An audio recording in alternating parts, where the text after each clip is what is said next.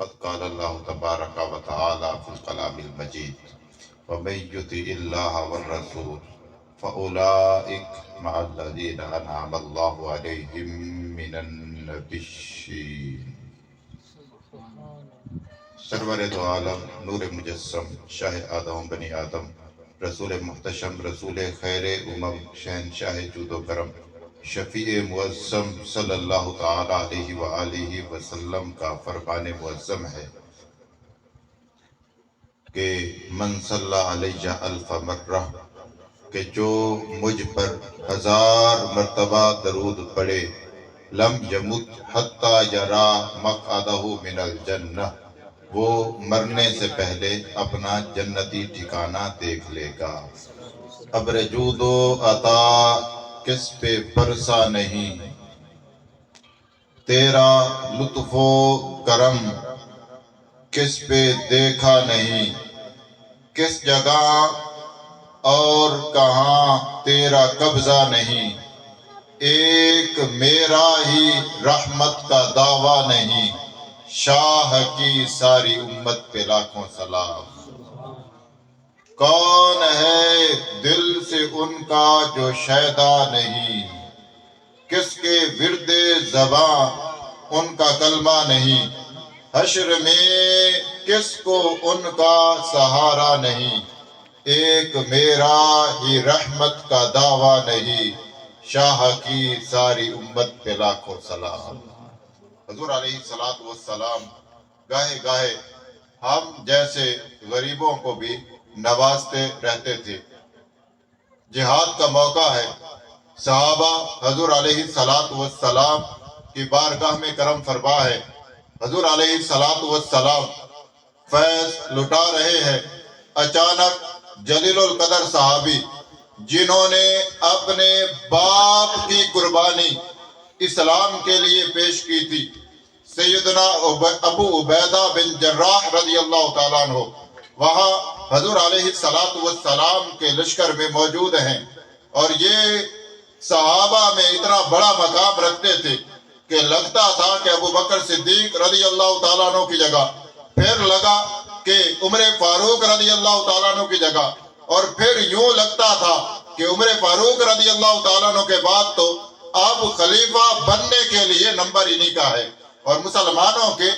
بڑے جرنیل، یعنی جنہوں نے خالد بن ولید رضی اللہ تعالیٰ عنہ کے بھی اوپر اسلامی لشکر کی کمان سنبھالے رکھی ہے، یہ ابو عبیدہ بن جراح رضی اللہ تعالیٰ عنہ ہیں۔ وہاں بیٹھے تھے، اچانک حضور علیہ السلام کی بارگاہ میں پکار اٹھے، حل احد خیر منا، یا رسول اللہ آج ایک جذبے کا اظہار کر رہا ہوں کہ یا رسول اللہ مجھے تو یوں لگتا ہے کہ ہم جیسا دنیا میں ہے ہی کوئی نہیں۔ اسلمنا معک وجاہدنا معک، یا رسول اللہ آنکھ کھولتے ہیں آپ کا دیدار ہو جاتا ہے، تلواریں اٹھاتے ہیں تو آپ پر جان قربان کرنے کے لیے، کھانا کھاتے ہیں تو آپ کی بارگاہ میں، نمازیں پڑھتے ہیں تو آپ کے پیچھے، اپنے سفر و حضر میں، ہر حال میں یا رسول اللہ آپ کے ساتھ ہیں، آپ کے ساتھ ایمان لانے والوں میں، آپ کے ساتھ اسلحہ اٹھانے والوں میں، آپ کے ساتھ مال و جان قربان کرنے والوں میں ہمارا نمبر ہے، تو ہم یوں سمجھتے ہیں حل احد خیر منا، یا رسول اللہ ہم سے بڑا صاحب مقدر اور بڑا مرتبے والا اور بڑا جنتی ہو ہی کوئی نہیں سکتا۔ تو حضور علیہ السلام نے فرمایا نہیں، ایسی بات نہیں، سنو ایک امت آنے والی ہے جنہوں نے مجھے نہیں دیکھا لیکن ان کے پاس میری حدیث پہنچے گی، میرا قرآن پہنچے گا، میری باتیں ان کے پاس پہنچے گی، صرف 2 گتوں کے درمیان چند اور آنکھ ان کے پاس پیش کیے جائیں گے، یؤمنون بی ولم یرونی، جنہوں نے میرے جلوے بھی نہیں دیکھے ہوں گے، پھر بھی مجھ پر دل و جان سے فدا ہونے کو تیار ہو جائیں گے۔ ایک مرتبہ حضور علیہ السلام نے خود سوال کر دیا، میرے صحابہ کون ہے جو تمہیں سب سے زیادہ عجیب ایمان والا بندہ لگتا ہے؟ صحابہ نے عرض کی یا رسول اللہ ہمیں تو ملائکہ کا ایمان بڑا عجیب لگتا ہے کہ کبھی بھی نافرمانی نہیں کرتے۔ حضور علیہ الصلوۃ والسلام نے فرمایا یہ کون سی بات ہوئی کہ وہ دن رات خدا تعالیٰ کی رحمتوں برکتوں کے جلوے دیکھ رہے ہیں، خدا تعالیٰ کی رحمت کے سائے میں ہیں، ان کا ایمان، وہ ایمان نہیں لائیں گے تو پھر کون ایمان لائے گا؟ تو پھر صحابہ نے عرض کی یا رسول اللہ اس کے بعد دنیا میں سب سے طاقتور ایمان والے وہ تو اللہ کے نبی ہیں، تو ہمیں ان کا ایمان بڑا تعجب میں ڈالتا ہے۔ حضور علیہ الصلوۃ والسلام نے ارشاد فرمایا وہ ایمان کیوں نہیں لائیں گے جبکہ خدا تعالیٰ کے انوار و تجلیات اور خدا تعالیٰ کے فرشتے اور خدا تعالیٰ کی وحی ان پر نازل ہو رہی ہے۔ حضور علیہ الصلوۃ والسلام کی بارگاہ میں اب پھر صحابہ بولے یا رسول اللہ تیسرا نمبر تو پھر ہمارا بنتا ہے کہ آپ کو دیکھتے ہیں، ایمان لاتے ہیں، آپ پر سر کٹاتے ہیں، مال قربان کرتے ہیں۔ حضور علیہ الصلوۃ والسلام نے وہی بات کی جو دوسرے لفظوں میں قرآن میں بیان ہوئی۔ حضور علیہ الصلوۃ والسلام نے فرمایا میں خدا تعالیٰ کی برہان بن کے تمہارے پاس آ گیا ہوں، اگر اس برہان مطلق کو دیکھ کر تم ایمان نہیں لاؤ گے تو کیا کرو گے؟ خدا فرماتا ہے کیف تکفرون وانتم تتلی علیکم آیات اللہ وفیکم رسول، میری کامل دلیل تمہارے اندر موجود ہے، تو یہ کیسے ہو سکتا ہے کہ تم کافر ہو جاؤ؟ تو اب حضور علیہ الصلوۃ والسلام کے ان غلاموں نے جو جان قربان کرنے والے اور اپنے آپ کو سب سے بہترین لوگوں میں جو ہے وہ شمار کر رہے تھے، یا رسول اللہ پھر آپ ہی بیان فرما دیں کہ آپ کو سب سے بہترین ایمان کس کا لگتا ہے؟ اب حضور علیہ الصلوۃ والسلام نے جواب دیا مجھے تو ایمان ان کا بہترین لگتا ہے جن کے پاس میری صرف کتاب پہنچے گی اور وہ مجھے بن دیکھے میرا کلمہ پڑھ لیں گے، اور فرمایا ان کے اندر ایسے اشخاص ہوں گے کہ میرے بعد من اشدی امتی لی حبن، مسلم شریف کی روایت ہے کہ سب سے بہترین جو ایمان والے ہوں گے، جو میرے پسندیدہ لوگ ہیں، جن کو میں اپنا عاشق کہہ کے بلا رہا ہوں کہ اشدی امتی لی حبن، فرمایا وہ لوگ ہیں جنہوں نے مجھے نہیں دیکھا ہوگا لیکن ان کے دل میں ایک خواہش ہوگی، ایک تڑپ ہوگی، ایک جذبہ ہوگا کہ کاش ایک مرتبہ حضور کا دیدار ہو جائے، چاہے اس کے بدلے میں جان اور مال سارا حضور پر قربان ہو جائے۔ حضور علیہ الصلوۃ والسلام فرماتے ہیں لوگوں سن لو، یہ لوگ ہیں جنہوں نے مجھے نہیں دیکھا، بعد میں آنے والے ہیں، صرف سنا ہے، صرف میری کتاب، میرا لیٹر، میرا مکتوب ان تک پہنچا ہے، میری بات ان تک پہنچی ہے اور وہ مجھ پر ایمان لاتے ہیں۔ فرمایا یہ بڑے عاشق ہیں اور اولئک اعظم منکم اجرا، مرتبہ تمہارا بڑا ہے، گریڈ تمہارا بڑا ہے کہ تم نے میرا دیدار کر لیا ہے، لیکن جب خدا تعالیٰ کے اجر کی باری آئے گی تو اجر خدا تعالیٰ ان کو زیادہ دے گا۔ وزیروں کی تنخواہیں کم ہوتی ہیں کئی مرتبہ، لیکن بادشاہ کا قرب انہیں حاصل ہوتا ہے، صحابہ کو یہ حاصل ہوگا، لیکن کئی مرتبہ بڑی بڑی تنخواہ والے ملازم ہوتے ہیں، تو فرمایا یہ جو بعد میں آنے والے ہیں اولئک اعظم منکم اجرا، فرمایا سن لو جب میں بروز قیامت حوض کوثر پر کھڑا ہوں گا تو مجھے ان لوگوں کا بڑا انتظار ہوگا۔ یا رسول اللہ آپ فرمائیے کہ وہ آئے نہیں، نہ انہوں نے آپ کو دیکھا نہ آپ نے ان کو دیکھا، آپ انہیں کیسے پہچان لیں گے؟ فرمایا ان کی 3 نشانیاں ہوں گی۔ کتنی نشانیاں ہوں گی؟ 3۔ جب وہ عرصہ محشر میں میرے پاس اپنے پانی پینے کے لیے حوض کوثر کے پاس آئیں گے تو ان کی 3 نشانیاں ہوں گی، اور ان نشانیوں کی بدولت میں انہیں پہچان لوں گا اور پھر میں ان کا استقبال کروں گا اور میں خود ان کا رسول ہو کر انہیں برتن پیش کروں گا جن سے وہ حوض کوثر سے سیراب ہو جائیں۔ سبحان اللہ۔ یا رسول اللہ وہ عظیم الشان لوگ کیا نشانیاں رکھتے ہوں گے؟ فرمایا ایک نشانی یہ ہے غرم محجلین من آثار الوضو، انہوں نے نمازیں اتنی پڑھی ہوں گی، وضو اتنا کیا ہوگا کہ ان کے آثار وضو،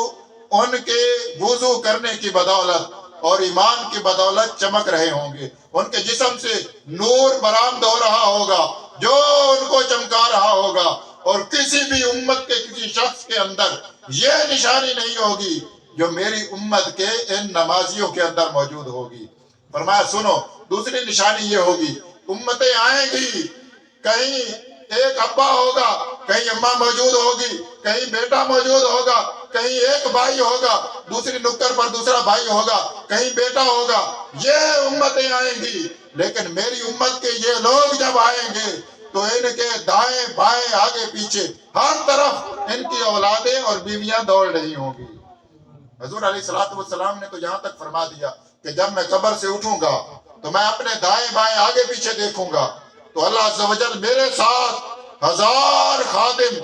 نور کے جو ہے وہ ساتھ چلا دے گا۔ پھر میں آگے پیچھے دیکھوں گا، دائیں بائیں دیکھوں گا تو میں اس وقت یہ ملاحظہ فرماؤں گا کہ میری امت کے عظیم الشان لوگ اس انداز سے میرے ساتھ ہیں کہ ان کی اولادیں اور ان کی بیویاں بھی ان کے ساتھ ہیں۔ اور فرمایا صحابہ سن لو، خدا نے مجھے یہ طاقت دی ہے کہ جب تمہیں میں ساتھ لے کے جنت میں داخلے کے لیے آگے بڑھوں گا، جنت کا دروازہ کھٹکھٹایا جائے گا، میرے لیے دروازہ کھولا جائے گا اور تیاری ہو جائے گی امت کے ان سب سے عظیم جوانوں کو جنت میں داخلہ دے دیا جائے، تو فرمایا اے صحابہ تم بعد میں جاؤ گے، تمہارے بیوی بچوں کو پہلے جنت کے اندر اعلیٰ مقام دے دیا جائے گا۔ فرمایا یہ میری امت کی نشانی ہوگی، وہ اکیلے اکیلے ہو کے جنت کی طرف نہیں بڑھیں گے بلکہ ان کی اولادیں اور بیویاں ان کے ساتھ ہوں گی اور وہ سارے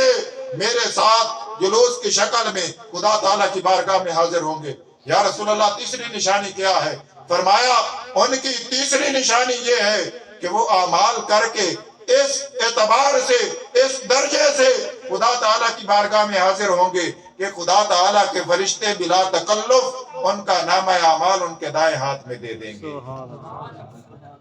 اللہ عز و جل کے پیارے نبی علیہ السلام کے پیارے صحابی اور غلام حضرت ثوبان رضی اللہ تعالیٰ عنہ ایک مرتبہ رنگ تبدیل ہے، حضور کی بارگاہ میں حاضر ہوئے ہیں۔ حضور علیہ السلام نے فرمایا ما غیر لونک، اے صحابی آج تیرا رنگ کیوں بدلا ہوا ہے؟ عرض کرنے لگے یا رسول اللہ آپ مجھے میرے والدین سے زیادہ محبوب ہیں، میرے بیوی بچوں سے زیادہ محبوب ہیں، گھر جاتا ہوں آپ کی تڑپ آ جاتی ہے، واپس آ جاتا ہوں، جب یہ سوچتا ہوں کہ آج تو آپ کا جلوہ دیکھ کے آنکھیں ٹھنڈی ہو گئی ہیں، کل جب آپ اور ہم بچھڑ جائیں گے آپ جنت کے اعلیٰ مرتبے پر ہوں گے اور میں جنت میں پہنچ بھی گیا تو ادنا مرتبے پر ہوں گا۔ یا رسول اللہ یہاں تو آنکھوں کی پیاس آپ کو دیکھ کے بجھ جاتی ہے، جب بروز قیامت ہوگا، جب جنت میں چلے جائیں گے تو یہ پیاس کیسے بجھے گی، یہ عشق اور یہ ذوق کیسے ہوگا، آپ کے بغیر جنت کیسے بنے گی؟ تو اس وقت حضرت جبرائیل امین علیہ السلام یہ آیت لے کے آئے وَمَن يُطِعِ اللَّهَ وَالرَّسُولَ فَأُولَٰئِكَ مَعَ الَّذِينَ أَنْعَمَ اللَّهُ عَلَيْهِم مِّنَ النَّبِيِّينَ کہ جو حضور علیہ السلام کی اطاعت کا حق ادا کر دے۔ حضور علیہ السلام نے نمازیں پڑھی ہیں وہ نمازیں پڑھے، حضور علیہ السلام نے زکوٰۃ رائج کی ہے زکوٰۃ دے، حج فرمائی ہے حج کرے، اسی طرح کلمے کا حق ادا کر دے، حضور علیہ السلام کی سنتوں پر چلنے کا حق ادا کر دے۔ فرمایا یہ کرنا غلاموں کا کام ہے اور جنت میں حضور کے پڑوس میں حضور کے عمدہ غلاموں میں جگہ دینا یہ مانے کے حقیقی اور خدا کا کام ہے۔ تو آج ہمارے پاس یہ وقت ہے، حضور علیہ السلام کی آمد کا دن ہے، تو حضور علیہ السلام کی بارگاہ میں زیادہ سے زیادہ تحائف بھیجیں۔ جیسا کہ میں نے عرض کیا کہ 1000 مرتبہ درود پاک پڑھیں، فرشتے روح قبض بعد میں کریں گے، پہلے جنتی ٹھکانہ دکھا دیں گے۔ کئی درود پڑھنے والے ایسے ہوں گے جن کو قبر میں بھی حضور علیہ السلام اتاریں گے، ایسی بھی فضیلتیں موجود ہیں۔ اور اسی طرح حضور علیہ السلام کی اولادیں موجود ہیں، سیدزادے اوریجنل سیدزادے ہر علاقے میں موجود ہوتے ہیں اور پہچانے بھی جاتے ہیں، تو ان کے ساتھ حضور کو اپنی اولاد سے بڑا پیار تھا، ہمیں بھی بڑا پیار ہوتا ہے اپنی اولاد سے، ان کے ساتھ اس نے سلوک کریں، کوئی بھی اچھی چیز ہو انہیں تحفہ دیں، اسی طرح گاہے گاہے اچھے انداز سے ان سے ملتے رہیں، محبت کا اظہار کرتے رہیں۔ ساتھ حضور علیہ السلام کی آنکھوں کی ٹھنڈک نماز تھی، نماز پڑھتے ہیں تو نوافل بڑھا دیں، نہیں پڑھتے تو نماز شروع کر دیں، اور ساتھ نماز سیکھ بھی لیں، تجوید کے ساتھ نماز اور قرآن سیکھنا یہ فرض ہے اور اسی طرح پڑھنا فرض ہے۔ اور اسی طرح ساتھ اگر جیب اجازت دے تو کچھ نہ کچھ، جیسے ابا کے نام پر اماں کے نام پر دیتے ہیں مسجد میں فقراء کو ادھر ادھر، تو حضور علیہ الصلوۃ والسلام کے نام پر بھی تحفہ بھیجنے کا، صدقہ دینے کا ذہن بنا لیں۔ اللہ عز و جل سے دعا ہے کہ جو کچھ سنا یاد رکھنے عمل کرنے کی توفیق عطا فرمائے۔